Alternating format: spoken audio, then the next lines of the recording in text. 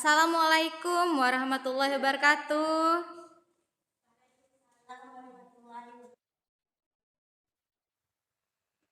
Selamat siang semuanya. Baiklah, sebelum kita mulai, kita lakukan kesepakatan dulu ya.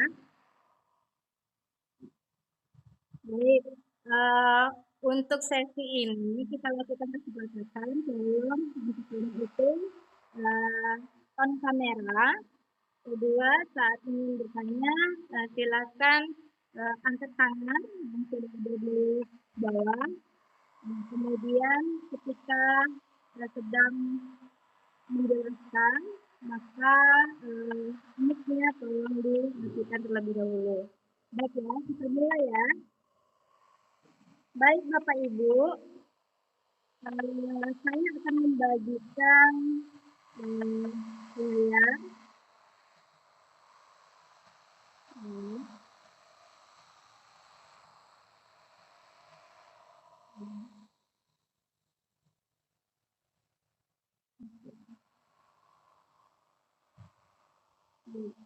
Apa sudah terlihat Bapak Ibu? Oke. Baik, di sini adalah saya akan membagikan sedikit materi, bukan maksudnya untuk lebih tahu daripada yang lain, ya kita paling tidak sama saling belajar. Di sini saya berusaha untuk mensosialisasikan dan mengimplementasikan budaya positif di sekolah. Nah, diterapkan nanti di sekolah kita masing-masing ya Ibu. Kemudian budaya positif ini diawal dari pemikiran Ki Hajar Dewantara yang dimana di situ diharapkan anak dapat membentuk karakter yang positif. Nah, ada pun materi yang akan dibahas hari ini. Yang pertama, perubahan paradigma belajar. Yang kedua, disiplin positif. Yang ketiga, motivasi perilaku manusia. Yang keempat, kebutuhan dasar. Yang kelima, posisi kontrol restitusi. Yang keenam, keyakinan kelas serta segitiga restitusi. Mari kita masuk dulu dengan perubahan paradigma belajar. Nah, kita lihat di sini Bapak Ibu. Di sini dikatakan adanya perubahan pembelajaran, di mana perubahan paradigma dalam proses pembelajaran yang awalnya berpusat pada guru menjadi pembelajaran yang berpusat pada siswa. Nah, kita tahu nih, dulu guru yang selalu menguasai kelas, guru yang membuat aturan kelas. Kemudian siswa harus mengikuti apa yang dikatakan guru.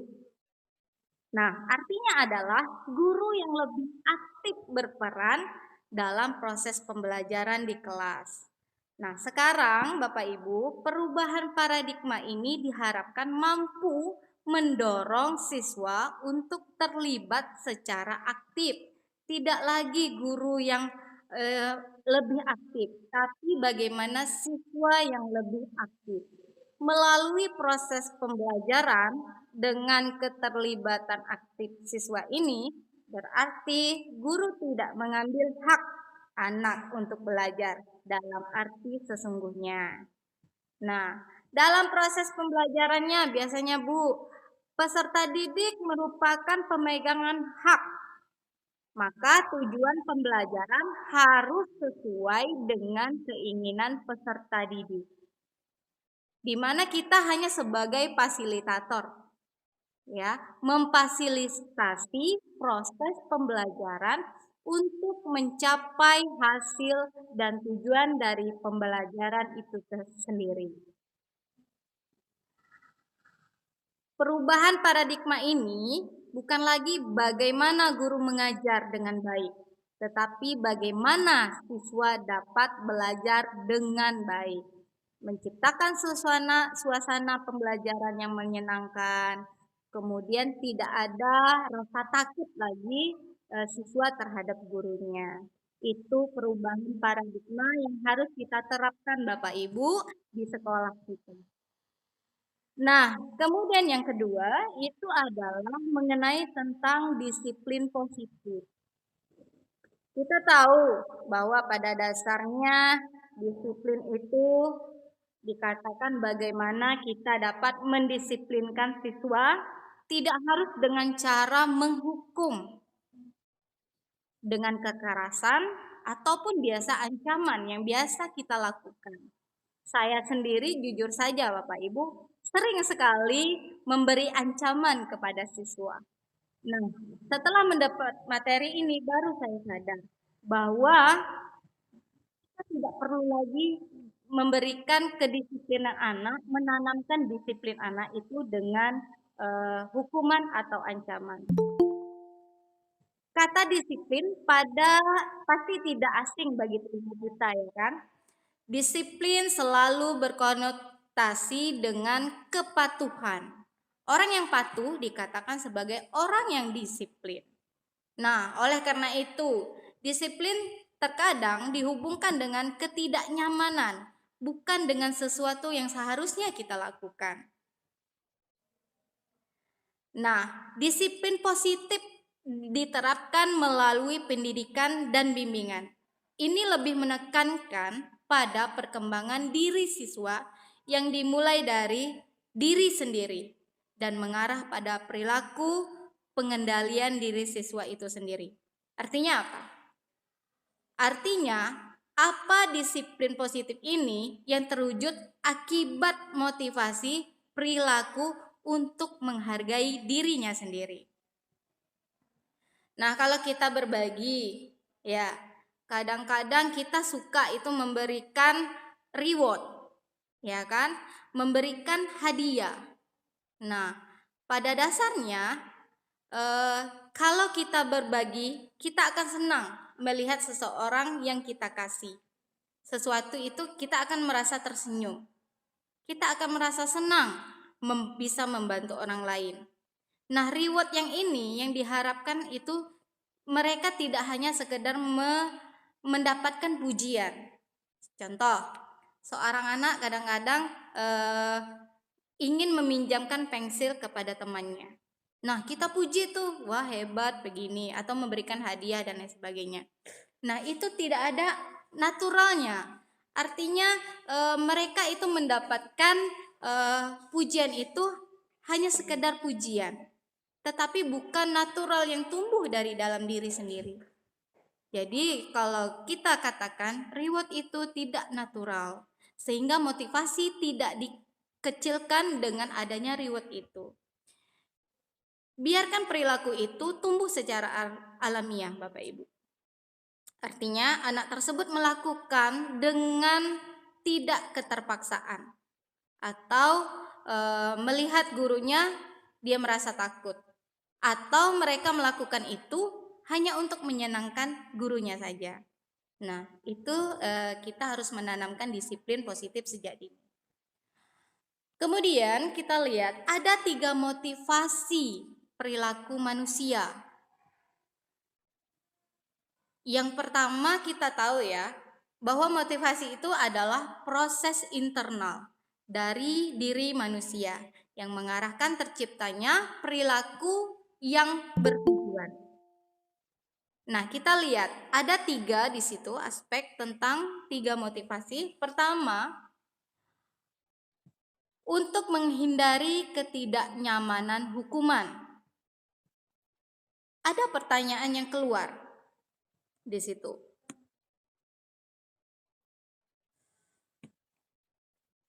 Apa yang terjadi apabila saya tidak melakukannya?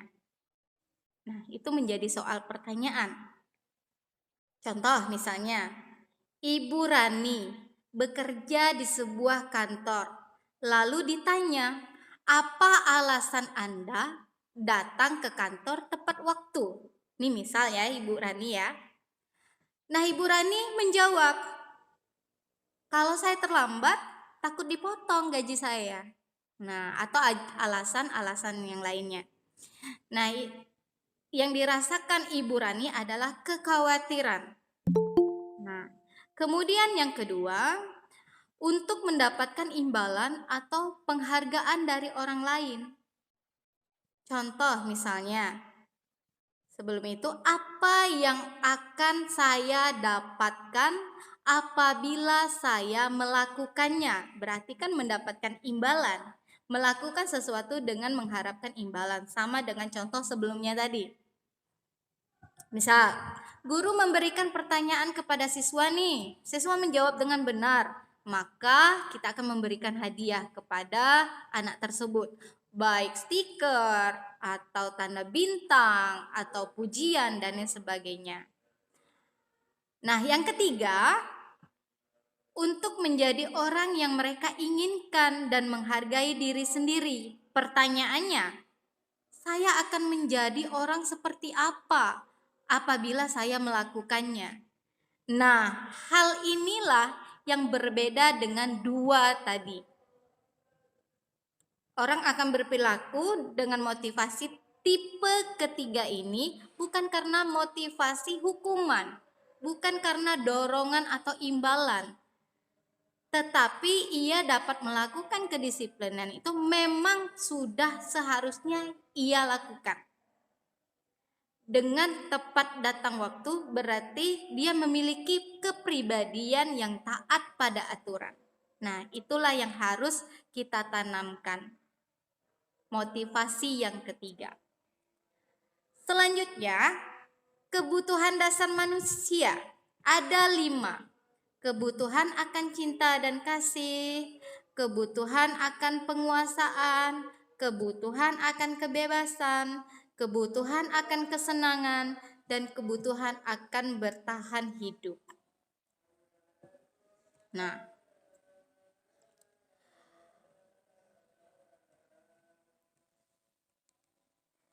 ada beberapa 5 posisi kontrol oleh guru. Yang pertama, posisi guru sebagai penghukum.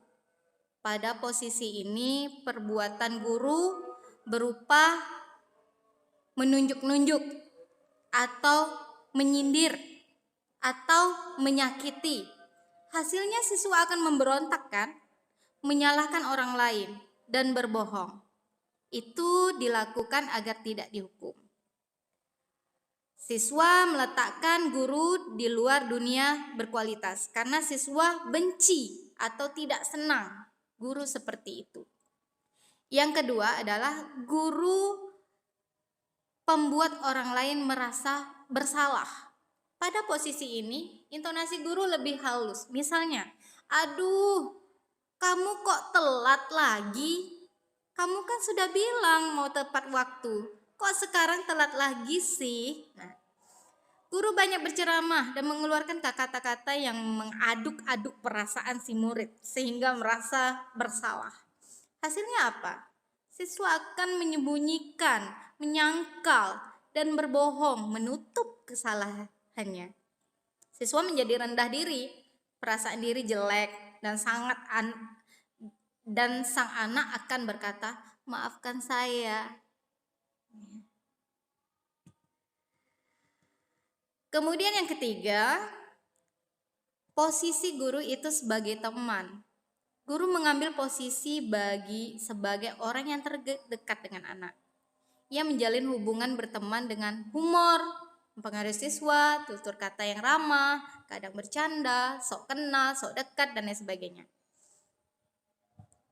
Contoh, nah, kamu kan anak paling cepat lari, besok lagi jangan terlambat ya.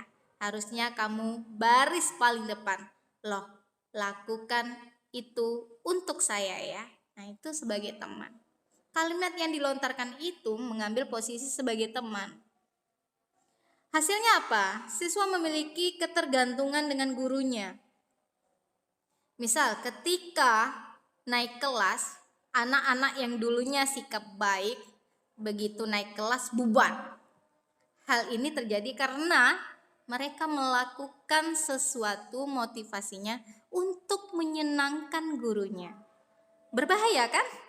Ketika guru karena sesuatu hal harus memberikan respon berupa sanksi, Anak menanggapi seperti ini. Saya pikir Bapak Ibu itu teman saya. Ternyata masih memperlakukan saya seperti itu juga. Nah, itu sangat berbahaya sekali. Kemudian yang keempat adalah sebagai pemantau. Ini kurang lebih dengan manajer, tapi lebih mantap kepada manajernya. Kalau pemantau itu sebelumnya guru dan siswa sudah membuat aturan kelas. Aturan tersebut sudah disepakati. Apa yang dilakukan dan konsekuensi jika tidak dilakukan. Jadi guru menghitung, mengukur, dan memberi konsekuensinya. Akibatnya anak menyesuaikan diri bila diawasi dan ia menitik beratkan pada apa akibat atau hadiah untuk dirinya. Nah, posisi manajer inilah yang paling tepat yang harus kita miliki, yang harus kita perankan, yang harus kita jalankan. Mengapa? Di sini posisi manajer, guru akan bertanya tentang apa yang membuat mereka terlambat. Anak diharapkan jujur menjawab. Misalnya, saya terlambat karena semalam menonton YouTube atau main game online. Terhadap jawaban murid itu, guru merespon dengan kata-kata misalnya, apa yang kau yakini tentang kesepakatan kelas kita? Bahwa Anda akan menghargai waktu. Apa yang bisa kau kerjakan untuk memperbaiki kesalahan ini? Besok lagi harusnya seperti apa? Nah, dalam hal ini, anak dilibatkan mencari solusi dari kesalahannya. Ia belajar dari kesalahannya. Anak diajak mencari solusi. Mereka diajak bicara dan diarahkan pada nilai yang diyakini. Hasilnya apa? Akan menguatkan pribadi anak tersebut, meletakkan dirinya sebagai individu yang positif dalam dunia yang berkualitas. Jika terlambat datang, ia diarahkan untuk menjadi anak yang menghargai waktu, bukan menjadi pribadi disiplin karena takut dihukum atau menyenangkan orang lain, tetapi juga berbuat karena ingin mendapat pujian atau sekedar menyepakati aturan yang sudah dibuat. Nah, melainkan dengan kesadaran diri anak tersebut. Nah, kita lanjut dengan keyakinan kelas. Keyakinan kelas ini bisa kita sebut dengan aturan kelas yang selama ini dalam penerapannya memang tidak melibatkan peserta didik. Keyakinan. Saya ada sedikit main game untuk Bapak dan Ibu. Oke. Kita coba bermain game. Oke, saya tutup dulu. Ya, biar lihat. Ya, baik. Kita mencoba untuk bermain game. Bapak Edi, Ibu Rani, Ibu Nadia, boleh on-kan kamera.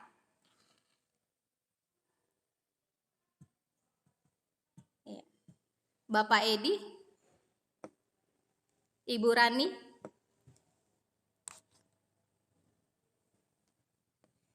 iya.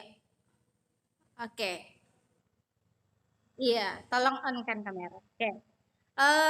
Ibu Eni bisa ikutin saya.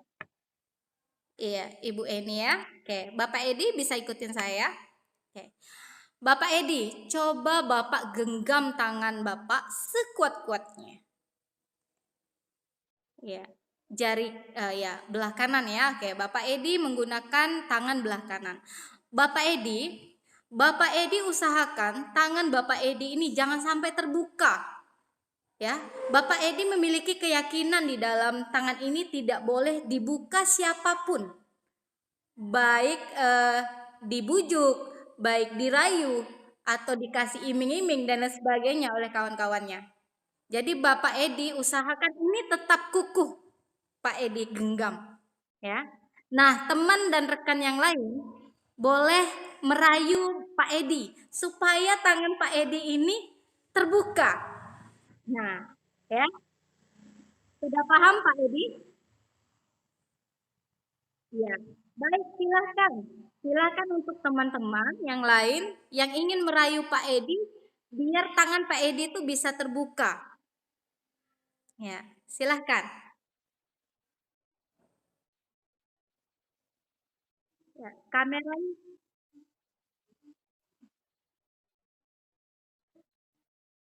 ya. Masih bersikap ke Pak Edi. Oke, lakukan dengan yang lain. Iya, lambaikan. Iya, lambaikan tangan. Iya. Ada solusi yang lain lagi sehingga Pak Edi bisa tergoyah keyakinannya.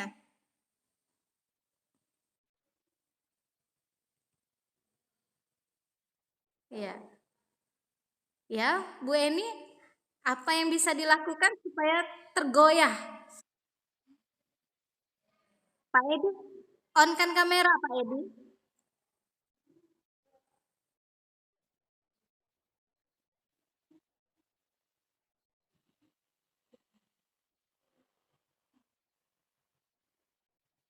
Iya, bisa dengan permainan atau apa yang bisa merubah keyakinan dari Pak Edi.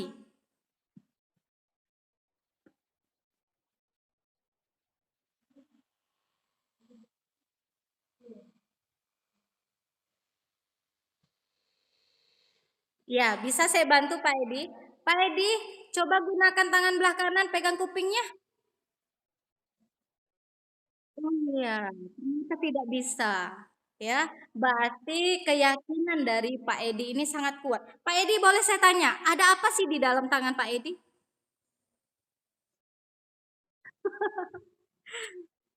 Ada apa sehingga kok genggamannya kuat sekali?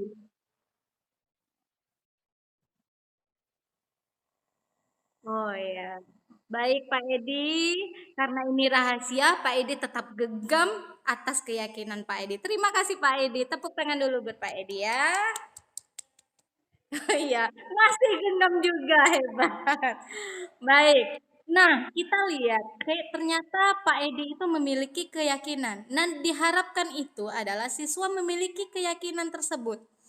Keyakinan di kelas misalnya, peraturan yang dibuat oleh siswa, yaitu peraturan yang memang dibentuk oleh siswa, bukan dari kita. Kesepakatan bersama, ya. Biasanya kesepakatan ini kita kasih di awal semester ya Bapak Ibu ya. Biasa aturan-aturan itu kita terapkan di awal semester. Cuman eh, aturan yang kita buat ini adalah berupa keyakinan kelas. Kalau anak sudah merasa yakin dengan dirinya, maka mereka akan cenderung akan melakukan perbuatan yang sesuai dengan keyakinannya. Dan jika dia melanggar, dia siap untuk mendapatkan konsekuensi dari apa yang sudah diyakininya. Nah, Nah, selanjutnya Bapak Ibu, saya akan bagikan layar tadi. Oke.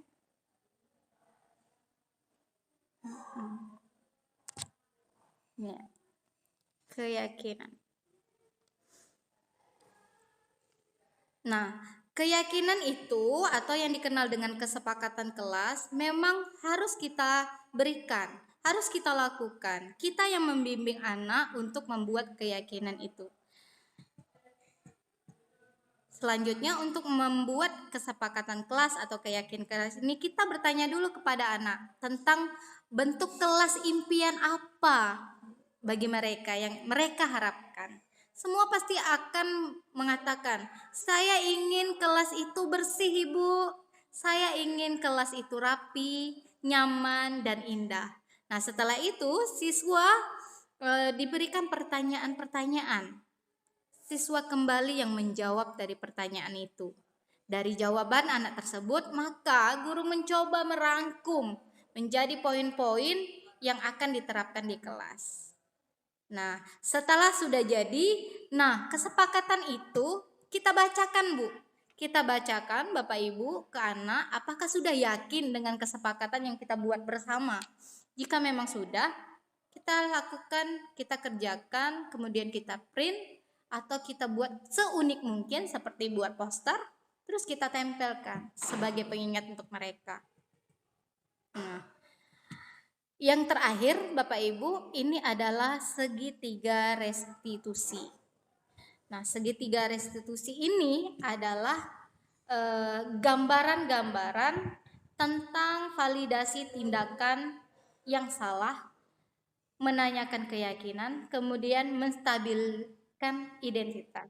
Misalnya, validasi tindakan yang salah. Kamu tentu punya alasan mengapa kamu melakukan itu. Misal, karena itu melakukan kesalahan atau melanggar kesalahan. Kita tidak harus mengejat kamu ini, nah, kamu ini, kamu itu. Nah, kita harus menanyakan secara lembut.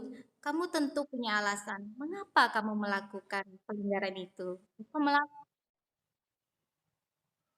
Kemudian ada cara yang lebih efektif untuk mendapatkan apa yang kamu butuhkan.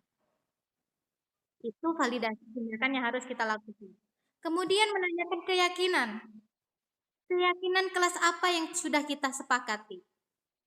Kemudian kamu ingin menjadi orang seperti apa? Itu boleh kita tanyakan kepada anak. Kemudian menstabilkan identitas. Setiap orang pasti pernah melakukan kesalahan. Kamu buat satu-satunya yang pernah ia lakukan. Nah, restitusi ini Bapak Ibu, bagaimana anak itu menciptakan kondisi bagi murid untuk memperbaiki kesalahan mereka, sehingga mereka dapat kembali kepada kelompoknya dan karakter yang lebih kuat.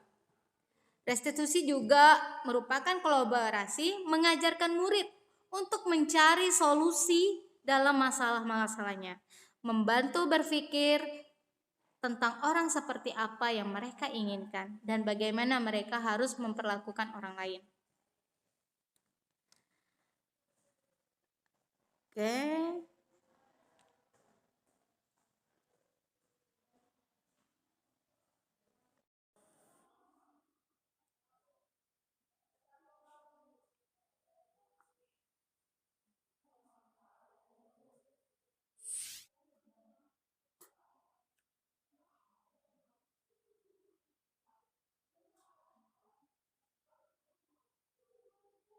Bapak Ibu bisa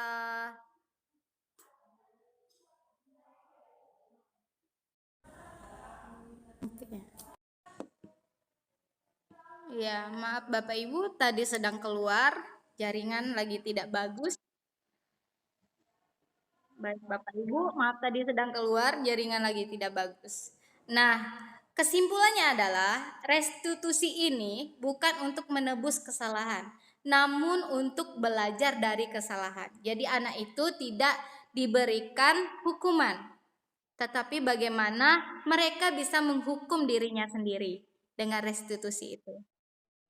Baik Bapak Ibu, ada contoh yang bisa saya bagikan untuk Bapak Ibu dalam pelaksanaan institusinya. Ya. Oke.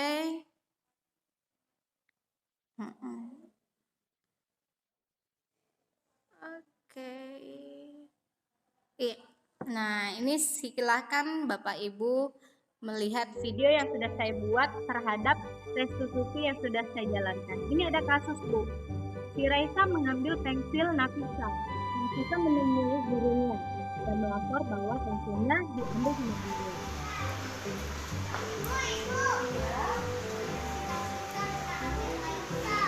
Diambil sama Raisa.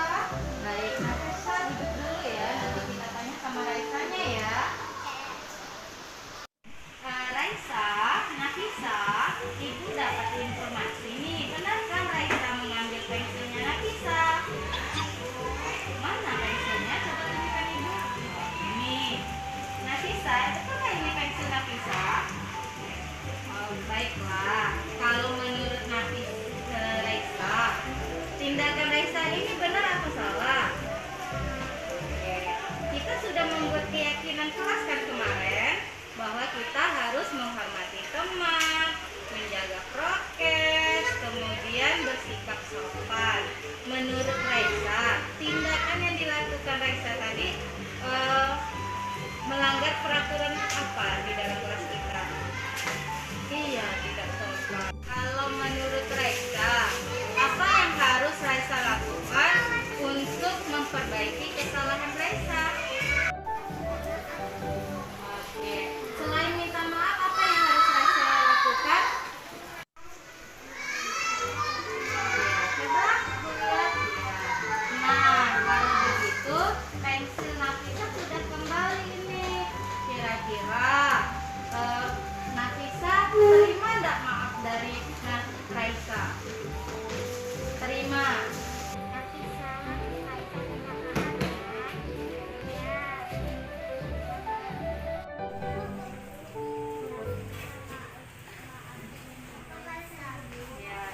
bagus sekali Raisa jiwamu. Semoga kalian tidak saling dendam ya.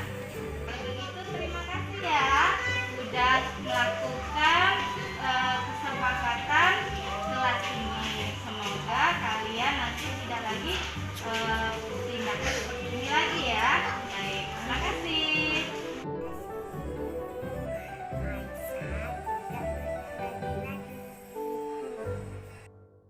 Nah, di sini ada kasus yang kedua, Bapak Ibu. Si Alfi ini datang terlambat, Tapi gurunya tidak langsung menghukumnya.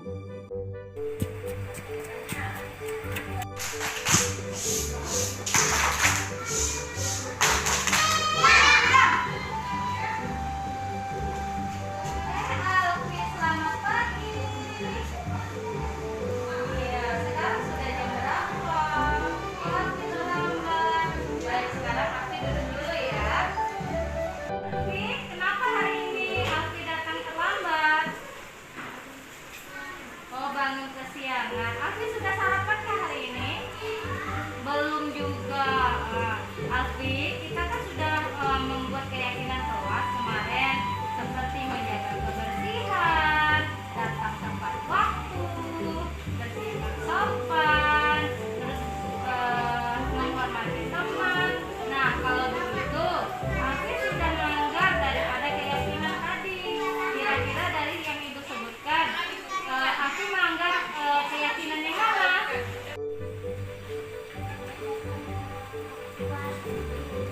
Kemudian Ibu lihat di jadwal tiket, hari ini Alfi tiket kelas ya.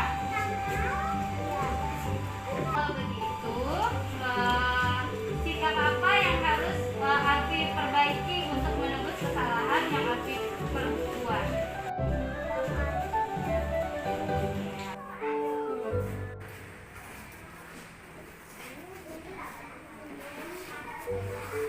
Baiklah Alfi, karena Alfi sudah melakukan perbaikan, jadi perasaan Alfi bagaimana saat ini?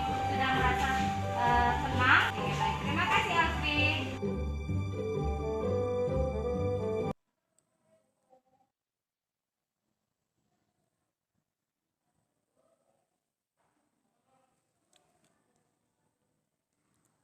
Nah, Bapak Ibu, itu adalah beberapa contoh yang sudah saya terapkan di sekolah. Bagaimana anak itu tidak harus serta-merta kita langsung hukum, tapi bagaimana kita gali supaya mereka menyadari sendiri kesalahannya. Baik Bapak Ibu, demikian dari presentasi saya ini mensosialisasikan tentang budaya positif. Bagi Bapak Ibu yang ingin bertanya, kita sharing sama-sama. Silakan.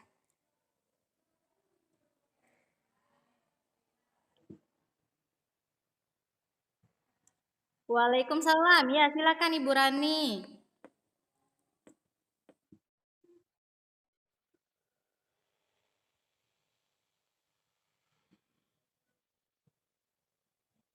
Oh iya. Baik. Terima kasih sekali Ibu Rani atas pertanyaannya. Sangat luar biasa dan sangat bagus sekali. Karena kita tahu ya Ibu Rani ya kadang-kadang aturan yang biasa dilanggar anak itu tidak hanya ringan, tetapi kadang juga tergolong berat. Nah, biasanya restitusi ini hanya memberikan pemahaman saja kepada anak, menyadari sebenarnya sih perlu saja untuk diberikan ke anak. Tetapi kalau sudah dalam koridor yang sangat berat, mungkin ini kembali kepada aturan sekolahnya. Yang biasanya kita terapkan hanya di dalam kelas, ini kembali kepada aturan sekolah dan kesepakatan dari kedua orang tua. Karena kasusnya memang sangat berat, restitusi tetap kita jalankan. Cuman pelaksanaannya tinggal kesepakatan dari pihak sekolah dan orang tuanya saja dalam menyelesaikan masalah kasus yang berat tersebut. Ada lagi? Ya.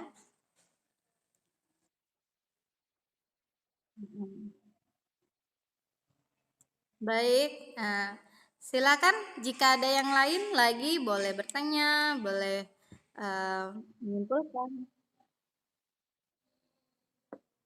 ya.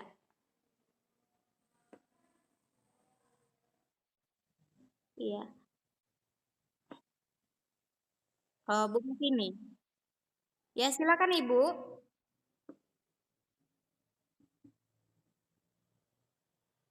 Waalaikumsalam warahmatullahi wabarakatuh.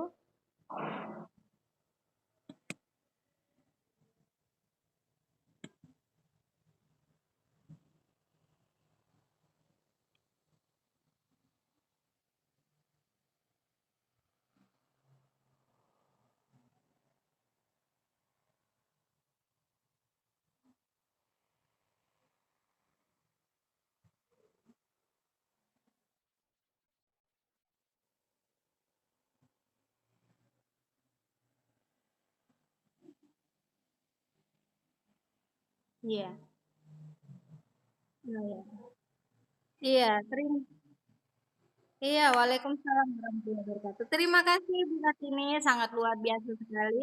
Semoga apa yang sudah kita sama-sama pelajari ini dapat kita terapkan di sekolah kita dan dapat memberikan stimulus yang baik lagi buat kita ke depan. Baiklah, terima kasih atas semuanya karena waktu sudah menjelang zuhur juga untuk kita melaksanakan sholat zuhur. Saya tutup presentasi ini. Mohon maaf Bapak Ibu atas kekurangan dan kesalahan. Saya akhiri. Wassalamualaikum warahmatullahi wabarakatuh.